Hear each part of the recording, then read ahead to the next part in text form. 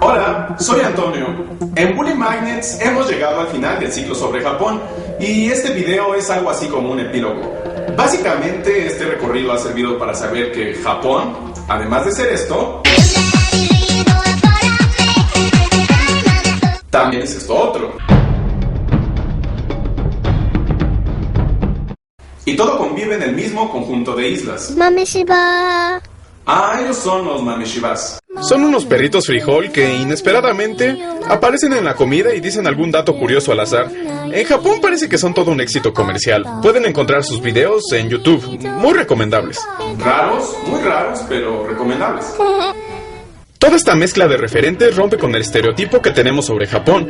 Seamos sinceros, más allá de cosas otaku, es poco lo que sabemos sobre su historia y cultura. De hecho, predomina esta idea de que chinos, coreanos o japoneses tienen las mismas costumbres, solo por el hecho de tener los ojos rasgados. Chino cochino. Pero no soy chino, soy japonés. No, da igual. Pues que no todos comen en sushito. ¿Acaso todos los latinos comen en Taco Bell y bailan rico suave? Rico. Suave. Todo se suele perder en una densa nube de estereotipos, y no solo con los japoneses, sino con todas las culturas orientales. Occidente siempre se muestra poco interesado en su filosofía, a menos que seas Osho, el Feng Shui, el Tai Chi, o ya saben, esas cosas de las que hablan las mamás con dinero cuando se van a tomar un café a la plaza con sus amigas. La pregunta entonces es, después de este recorrido por la historia de Japón, ¿con qué nos podemos quedar nosotros que sirva de ejemplo para ser aplicado en nuestro contexto? Lo que más me llamó la atención al investigar sobre el tema es que en el siglo XV Japón intentó ser colonizado por las potencias europeas, al igual que América. La historia de lo que pasó por acá la hemos escuchado desde pequeños. Las profecías decían que volverías, oh Quetzalcóatl. Sí, ¿dónde tienen todo el oro? En el templo, adelante, la ciudad es tuya, oh serpiente emplumada. Sí. Sí, los aztecas no fueron muy inteligentes. La historia es más compleja, pero no entraré en detalles. Esperen cuando llegue el mes de la conquista. Basta recordar que México y toda América fueron colonizados. Ahora, ¿qué ocurrió en Japón? Ese es el punto. Creo que podemos aprender mucho si conocemos qué pasó en tierras niponas. Comencemos. Era el siglo XV y ante la urgencia de abrir nuevas rutas comerciales, Europa se había dado cuenta que el mundo era más amplio de lo que imaginaba. Arrancó entonces un rally por hacerse de nuevos territorios. Los líderes de la competencia, España y Portugal. Esto provocó una disputa, así que el Papa Alejandro VI tomó una regla y un mapa y optó por una decisión muy abusiva. Estas son las nuevas tierras. Ya no se quieren pelear, las dividimos en dos. España, tú te quedas con las nuevas tierras a la izquierda de la línea. Portugal, tú las de la derecha. ¿Todos contentos? Joder, pero no sabemos qué cojones hay ahí. Pues de eso se trata, de que las exploren. En sus marcas, listos, fuera. Al acuerdo se le conoció como el Tratado de Tordesillas e influyó de gran manera en la configuración del mundo actual. De hecho, esa es la razón por la que Brasil es el único país de América cuya lengua oficial es el portugués. Sin duda un dato muy interesante que pueden presumir con sus amigos, o una primera línea muy contundente para empezar una plática en una fiesta. Y básicamente esa es la razón por la que Brasil es el único país de América en donde el idioma es el portugués. ¿Ya se cayó?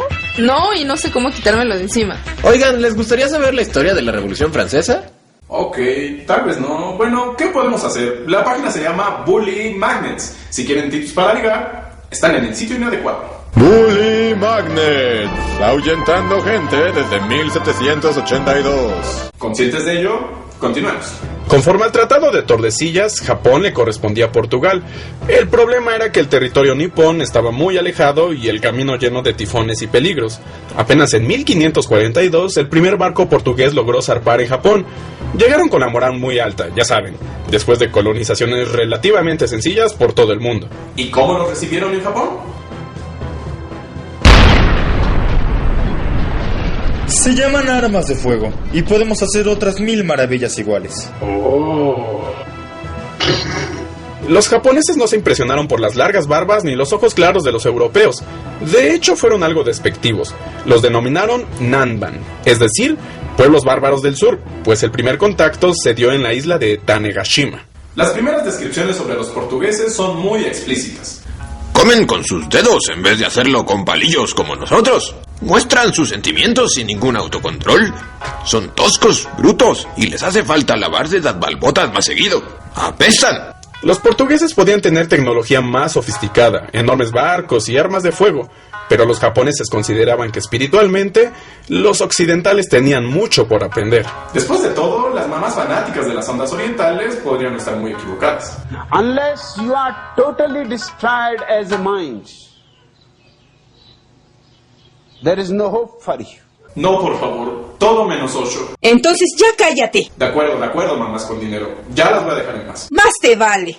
De regreso en la historia, Japón estaba en guerra y los señores feudales o daimyos se disputaban el poder político, pero a pesar de la división, era un pueblo dispuesto a conciliar sus diferencias si una amenaza llegaba del exterior, como ocurrió con los mongoles. Así que portugueses ni siquiera lo piensan. Ya que la conquista militar no era la opción, adivinen a quién recurrieron.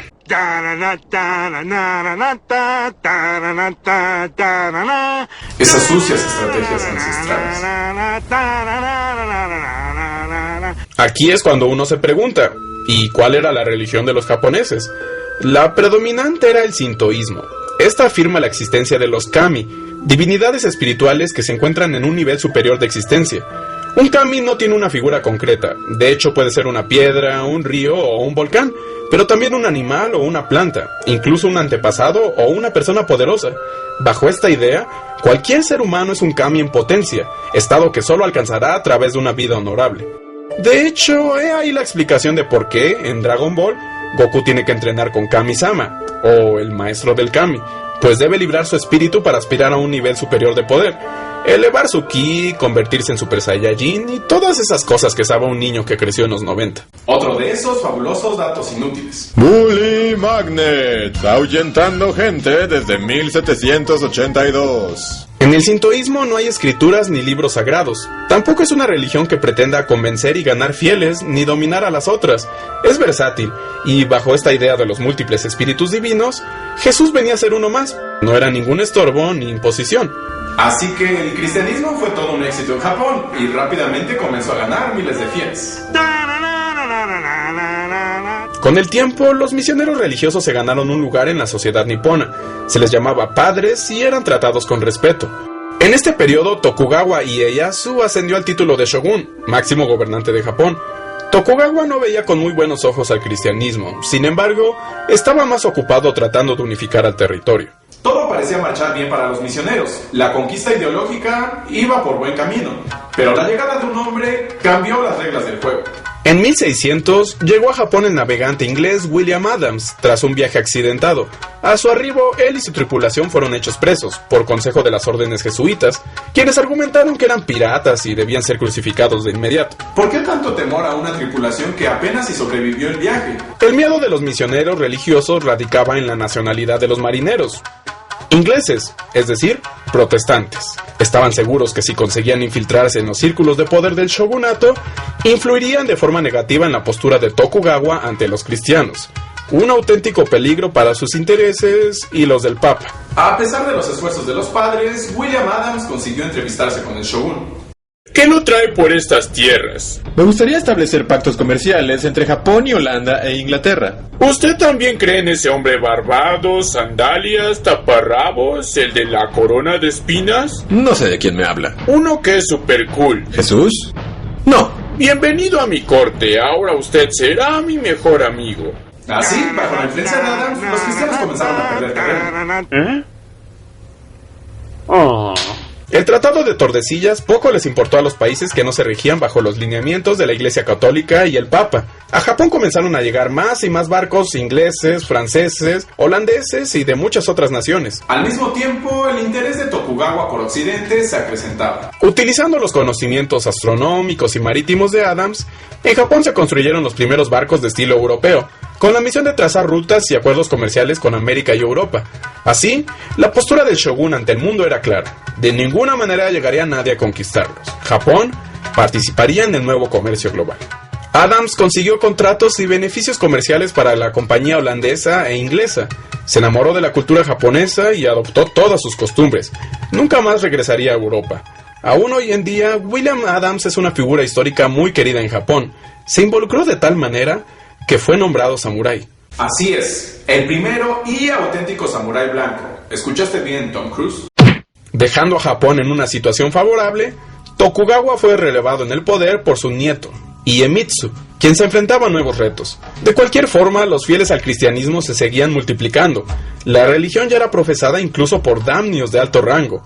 Las embarcaciones europeas traían rumores de planes de conquista reales, auspiciados por el Papa. Todo esto inquietaba mucho al nuevo shogun. Iemitsu tomó una decisión tajante. Todas las misiones religiosas serían expulsadas y el cristianismo prohibido en Japón. Para no ser descubiertos, los fieles cristianos comenzaron a profesar en secreto. Disfrazaron a la Virgen María en la figura de Canon y adaptaron los rezos para que parecieran cantos budistas. El shogunato implementó políticas crueles, como el Fumi-e, en donde se le hacía a la gente pisar y destruir una figura de la Virgen María o Jesús, y si no se atrevían, era una prueba de su cristiandad y se les castigaba. Iemitsu ya no permitiría más sublevaciones e intervenciones. Así inició la política del Sakoku. Extranjeros expulsados del país. Japoneses prohibida la salida de la isla.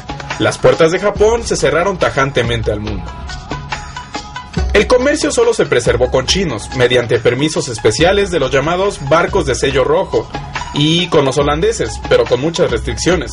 De hecho, con el propósito de que los europeos no pisaran tierras niponas, se les construyó una isla artificial, llamada Dejima. Así pasaron más de 200 años hasta que a Japón llegó Matthew Perry. No. El Comodoro. Julio 14 de 1853. Puerto de Uraga. En el horizonte fueron divisados los Kurofune, o naves negras, como fueron llamadas. Los estadounidenses buscaban principalmente dos cosas: carbón y ballenas, para extraer su aceite. Ambos recursos se habían convertido en negocios millonarios en el mundo industrializado. Perry les dio un ultimátum: abrían sus puertas al comercio o se preparaban para una invasión. Las opiniones se dividieron entre quienes consideraban apropiado defenderse o ceder a las presiones. Los japoneses no fueron ilusos, sabían que sus espadas samurái y los viejos arcabuces que trajeron los portugueses no tenían la menor oportunidad contra las naves americanas. El shogun optó por ceder. No era la situación más ventajosa, pero así preservó la integridad de su pueblo. Inició entonces la era del Japón moderno. Ante el nuevo panorama se necesitaba una organización política distinta. En 1867, Tokugawa Yoshinobu, el último shogun, dio un paso al costado. El emperador, que por mucho tiempo había tenido un papel pasivo, retomó el poder e inició el periodo que se conoce como la Restauración Meiji. Al que le podríamos dedicar todo un mes. Basta decir que fue el periodo en el que los japoneses se pusieron al corriente con el mundo. No había lugar para los lamentos. Si no querían quedarse rezagados, sabían que debían aprender las nuevas reglas del juego.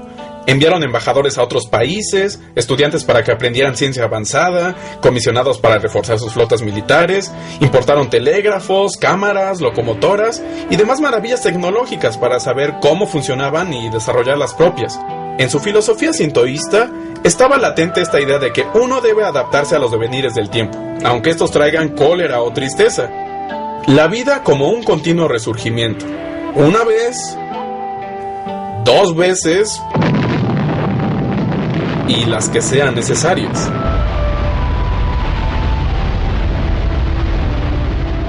Japón preservó su honor y con base en trabajo y disciplina se convirtió en potencia mundial.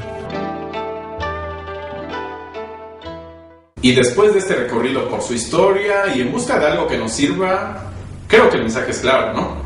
Integración, trabajo en equipo, orden, disciplina, son cosas que faltan mucho por aquí. Dejar atrás los lamentos y la obsesión por lo que pasó y enfocarse en el presente, ese que sí está en nuestro control. Asumir la filosofía del ¡supéralo! Estábamos tan chido con los aztecas, pero llegaron esos gachupines con sus enfermedades y armas y arruinaron todo. ¡Supéralo! Los gringos nos quitaron un montón de territorios. Si no hubiera sido por ellos ahorita... ¡Supéralo! El partido estuvo bien parejo. Si no hubiera sido por esa genialidad de Maxi en tiempos extras, México ganaba. Rodríguez, Arco, Rodríguez.